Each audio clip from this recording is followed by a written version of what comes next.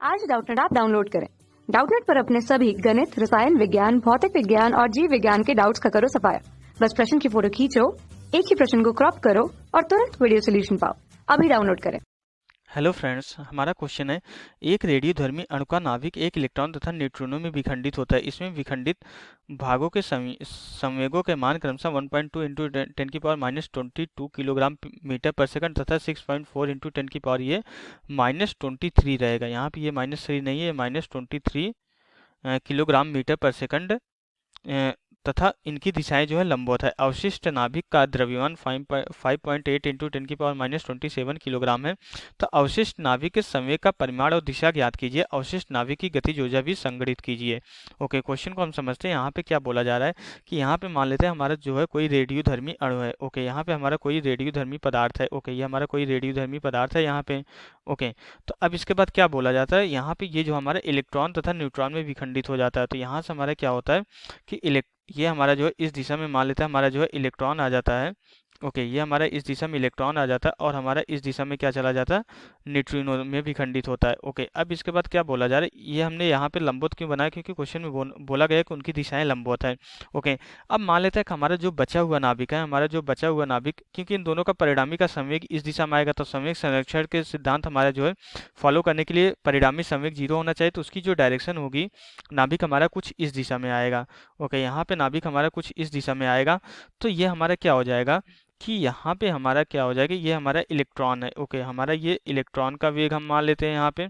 Okay, यहाँ पे वेग नहीं, हम सीधा संवेग मान लेते हैं। ये हमारा इलेक्ट्रॉन का संवेग हो जाएगा।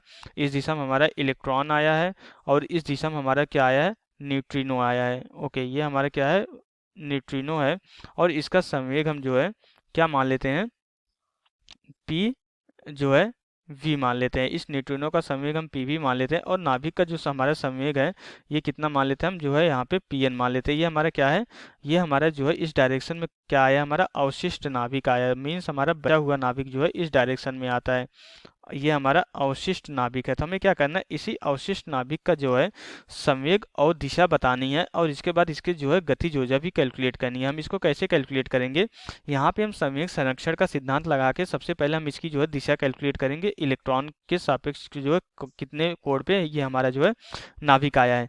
तो हमारा जो है यहाँ पे अगर जो है इस दिशा में आया, अगर इसको हम जो है आगे की तरफ बढ़ाएंगे तो हमारा कितना हो जाएगा, ये हमारा जो है कुछ इस तरीके से आएगा। ओके, तो अब इसके बाद अगर हम यहाँ पे इसको देखें, तो अगर हम मान लेते हैं हमारा जो है यहाँ से जो है ये कितना एंगल बना रहा है हमारा, ये हमारा अगर थीटा बना रहा है तो ये भी एंगल हमारा क्या होगा, थीटा हो जाएगा। ओके, सबसे पहले हम यहाँ पे डायरेक्शन कैलकुलेट कर रहे हैं। तो संवेग संरक्षण के सिद्धांत से हम क्या बोल सकते हैं कि हमारा जो है नाभिक का जो संवेग है प्लस हमारा जो इलेक्ट्रॉन का संवेग है प्लस हमारा जो यहाँ पे न्यूट्रिनो का संवेग है, ये हमारा तीनों क्या होगा, 0 के बराबर होगा संवेग संरक्षण के सिद्धांत से। अब यहाँ पे देखें, हमारा ये इलेक्ट्रॉन की डायरेक्शन है और ये हमारी जो है ये पीवी की डायरेक्शन है। ओके, ये हमारा क्या हो जाएगा, ये कुछ इस तरीके से हमारे यहाँ पे जो है ये कुछ इस तरीके से त्रिभुज बन जाएगा। ये हमारा जो है पीवी हो जाएगा और ये इलेक्ट्रॉन, तो यहाँ पे tan थीटा जो है पीवी डिवाइडेड बाई पीई के बराबर हो जाएगा। मीन्स हमारे यहाँ पे जो है tan थीटा कितना हो जाएगा, tan थीटा इक्वल टू जो है न्यूट्रिनो का संवेग डिवाइडेड बाई हमारे यहाँ पे इलेक्ट्रॉन के संवेग के अनुपात के बराबर हो जाएगा। ओके, तो यहाँ से हमारा जो है tan थीटा कितना कैलकुलेट हो जाता है, ये tan थीटा इक्वल टू आ जाता है हमारा यहाँ पे tan थीटा इक्वल टू आ जाता है, ये न्यूट्रिनो का कितना दिया है 6.4 इंटू 10 की पावर कितना है, -23 के बराबर है।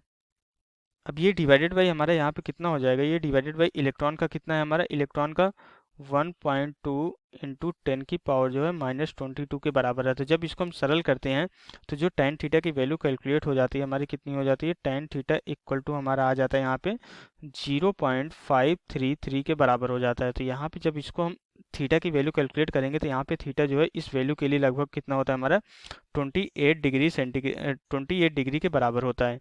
ओके, ये हमारा जो है एंगल आ गया। अब जो नाभिक जो हमारा अवशिष्ट हो रहा है, अगर हम इलेक्ट्रॉन से डायरेक्शन देखेंगे तो ये एंगल हमारा थीटा है और ये एंगल हमारा कितना हो जाएगा, यहाँ से जो है ये एंगल जो है हमारा जो है 180 डिग्री के बराबर हो जाएगा। तो इस इलेक्ट्रॉन से जो इसकी दिशा हो जाएगी 180 डिग्री प्लस थीटा के बराबर हो जाएगा। तो नाभिक की हम यहाँ पे क्या लिख रहे हैं, नाभिक की इलेक्ट्रॉन से दिशा। ओके, यहाँ पे नाभिक की जो है इलेक्ट्रॉन से दिशा हमारी कितनी हो जाएगी, इलेक्ट्रॉन से दिशा हमारी कितनी हो जाएगी, कितने एंगल पे आएगा, 180 डिग्री प्लस हमारा जो है 28 डिग्री के बराबर हो जाएगा। तो ये हमारा कितना हो जाएगा, ये जो है 208 डिग्री के बराबर हो जाएगा। तो ये हमारा जो है इलेक्ट्रॉन से जो है हमारा नाभिक जो है 208 डिग्री पे जाएगा। ओके, अब इसका हम संवेग कैलकुलेट करेंगे। तो यहाँ से हमारा जो है संवेग संरक्षण के सिद्धांत से हमारा जो पीएन है इक्वल टू हमारा कितना हो जाएगा, माइनस जो है इलेक्ट्रॉन का संवेग प्लस हमारा जो है क्या है, न्यूट्रिनो का संवेग। अब ये दोनों जो हमारे क्या है, अगर इन दोनों का सदिश नियम से अगर हम योगफल देखेंगे तो हमारे दोनों 90 डिग्री पे हैं। ओके, तो अगर ये दोनों 90 डिग्री पे हैं तो हमारा जो पीएन का परिमाण, नाभिक के संवेग का जो परिमाण हो जाएगा, ये कितना हो जाएगा, यहाँ पे अंडर रूट यहाँ पे इलेक्ट्रॉन का संवेग का स्क्वायर प्लस हमारा जो है न्यूट्रिनो के संवेग का स्क्वायर के बराबर हो जाएगी। ये सदिश के नियम से हम यहाँ पे लिख रहे हैं। तो यहाँ से हमारा पीएन कितना हो जाएगा, PN equal to under root हमारा हो जाएगा, हमारा जो यहाँ पे इलेक्ट्रॉन का संवेग है कितना है हमारा 6.4 इंटू 10 की पावर जो है -23। ओके, एक का हमारा जो 6.4 इंटू 10 की पावर -23 है, प्लस हमारा दूसरे का कितना है यहाँ पे, तो दूसरे का हमारा कितना है यहाँ पे 1.2 इंटू 10 की पावर जो है -22 का जो है हम यहाँ पे स्क्वायर करेंगे। तो यहाँ पे हमारा जो है ये इलेक्ट्रॉन का और ये न्यूट्रिनो का है। तो यहाँ पे दोनों को ऐड करते हैं तो जो नाभिक का संवेग कैलकुलेट होता है पीएन इक्वल टू हमारा ये कितना आ जाता है 1.36 इंटू 10 की पावर जो है यहाँ पे -22 किलोग्राम मीटर पर सेकंड के बराबर हो जाता है। तो यहाँ पे हमारा जो है दो चीज़ें कैलकुलेट हो गई, एक तो हमारी जो है नाभिक की डायरेक्शन, अवशिष्ट नाभिक की दिशा पता चल गई, और अवशिष्ट नाभिक के जो है संवेग का परिमाण पता चल गया। अब इसके बाद हम यहाँ पे क्या कैलकुलेट करेंगे, अब हम जो है इसकी गतिज ऊर्जा कैलकुलेट करेंगे। तो यहाँ पे गतिज ऊर्जा कैलकुलेट करने के लिए हमें जो है इसका वेग पता करना पड़ेगा। तो हमें पता है कि हमारा जो है नाभिक का संवेग कितना हो जाएगा, नाभिक के वेग इंटू जो है अवशिष्ट नाभिक के द्रव्यमान के गुणन के बराबर हो जाएगा।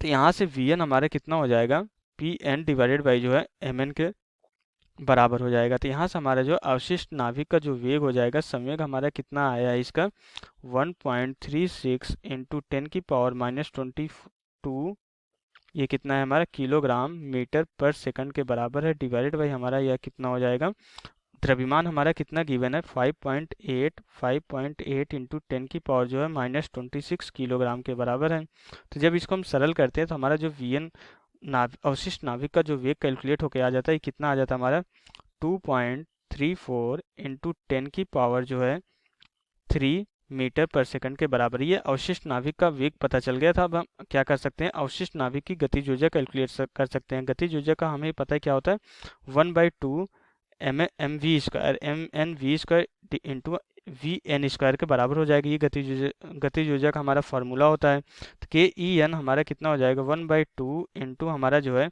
द्रव्यमान कितना गिवन है 5.8 इंटू जो है नाभिक का, अवशिष्ट नाभिक का द्रव्यमान 5.8 इंटू 10 की पावर -6 किलोग्राम है, इंटू वेग हमने कितना कैलकुलेट किया 2.34 इंटू 10 की पावर 3 का यहाँ पे स्क्वायर हो जाएगा। तो जब इसको हम सरल करते तो ये हमारा कितना हो जाएगा, यहाँ पे आ जाएगा हमारा के ई अवशिष्ट नाभिक का हमारा जो है गतिज ऊर्जा कितनी हो जाएगी यहाँ पे 1.2 इंटू 1/2 इंटू 5.8 इंटू हमारा कितना हो जाएगा, ये 2.34 का स्क्वायर हो जाएगा, इंटू 10 की पावर जो है यहाँ पे हमारा 10 की पावर -20 के बराबर हो जाएगा। तो यहाँ पे जब इसको सरल करते हैं तो जो इसकी गतिज ऊर्जा कैलकुलेट होकर आ जाती है हमारी कितनी आ जाती है, ये हमारी 1.58 इंटू 10 की पावर जो है -19 जूल के बराबर हो जाती है। तो यहाँ पे अवशिष्ट नाभिक की जो हमारी गतिज ऊर्जा कैलकुलेट होकर आ जाती है वो हमारी कितनी हो जाती है 1.58 इंटू 10 की पावर -19 जूल के बराबर हो जाती है। तो यहाँ से हमारा क्वेश्चन कंप्लीट हो जाता है। Okay, thank you. कक्षा 6 से 12वीं से लेकर नीट, IIT, JEE वो एडवांस के लेवल तक 1 करोड़ से ज्यादा छात्रों का भरोसा। आज ही डाउनलोड करें डाउटनेट ऐप या व्हाट्सएप करें अपने सारे डाउट्स 8400 400 400 पर।